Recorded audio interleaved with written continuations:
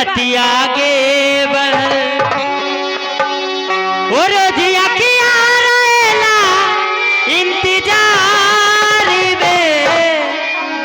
ओ दिल भइल दीवाना तोरा प्यार में दिल भइल दीवाना तोरा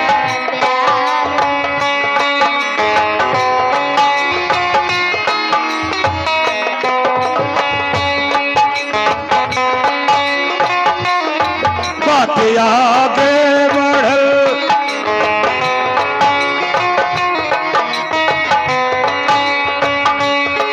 रोजिया किया रहेला इंतजार में दिल भइल दीवाना तोरा प्यार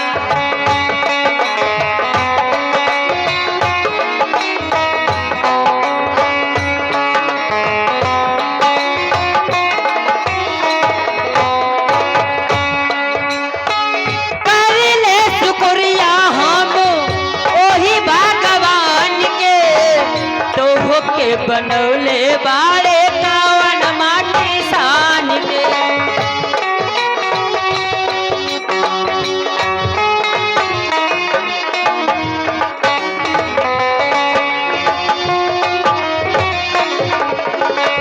करले शुक्रिया हम